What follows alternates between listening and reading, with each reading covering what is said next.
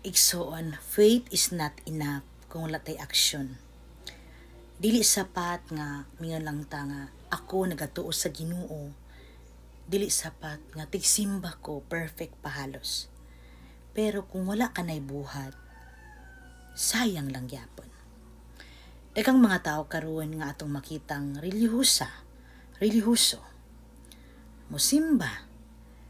Pero kung atong pangutan-on, kung nag-ampo ba kanunay sa tanang adlaw, sa di pa matulog og pagmata, wala. Pero makita natong tigsimba. Igsuon, kung inana man, kulang pa. Kay kinahanglan sa balaod sa Ten Commandments, wala tay dapat laktawan. Kinahanglan ato binang subayon tanan, atong buhaton or likayan ang angay pagalikayan. Oo, di ta perfect. Kita tanan nakalapas gid ana. Pero sa higayon nga gusto natang magbago, kinahanglan ato na siyang atong himas-himason kung asa ang atong dapat usbon diha or asa ang dapat natong dili angay buhaton. So sama pa ng litan kung mingon ta tigsimba ta. So gihimo nato ang ikatulong balaod nga simbahon ang adlaw nga Domingo or ang pistang igdilihi.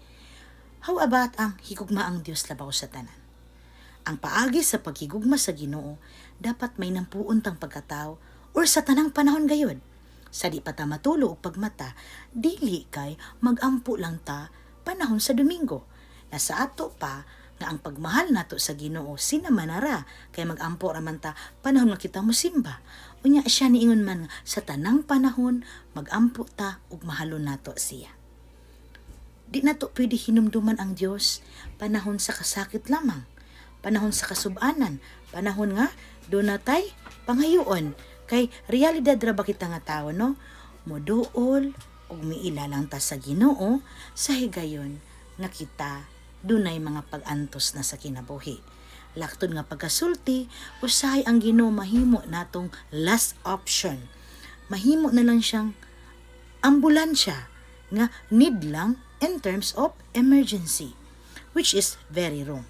So kinahanglan magdasal tayo araw-araw. Tanang panahon, kas kalipay, kasakit, kahumaghaway, kapitos, unsa may naa nato makabus man tag madato. Magmahal ta sa Ginoo na amantay pangayon og wala buhaton jud nato kay mao ni atong dapat buhaton ngadto sa Ginoo. Nga symbolize kini nga ato siyang higugma labaw sa tanan. So ang atong panahon karon dili malalis nga halos mga tao nagukod na lang kanunay kung unsay isulod sa tiyan. Bali lawas na lang kanunay ang gipakadak-an kay ngano man ang kalagi sit aside na lang. Bisan sa pag-ampo, di na yun nato mahimo kumikan sa kabisi sa tanang panahon. Bisan sa pagmata sa buntag nga makayuntag Lord, thank you, di na mahimo kay siging nagukod nagapas. Bisan panahon sa gabi nga mag-ampo o magpasalamat, di na mahimo. Kay nabisi na kanunay ang kinabuhi sa kalibutan ng mga butang. Dan igsuon kung kanunay ang atong kinabuhi ingon ana, luoy tang pagkatao. Kay musugot man tag sa dili, mamatay ta. Unya inig kamatay nato, dili man ang lawas nga atong gipakadakan mo'y mga atubang sa Ginoo, kun dili ang kalag mo'y mga atubang sa Ginoo ug iyang balansihan ang tanan nahimo niya uban sa lawas samtang siya buhi pa. Lawas og kalag kita mo nang i-balance yun ninyo kay luoy kay ang tao nga wala jud Ginoo. Dili luoy ang walay kwarta, mas luoy ang walay Ginoo. God bless igsuon.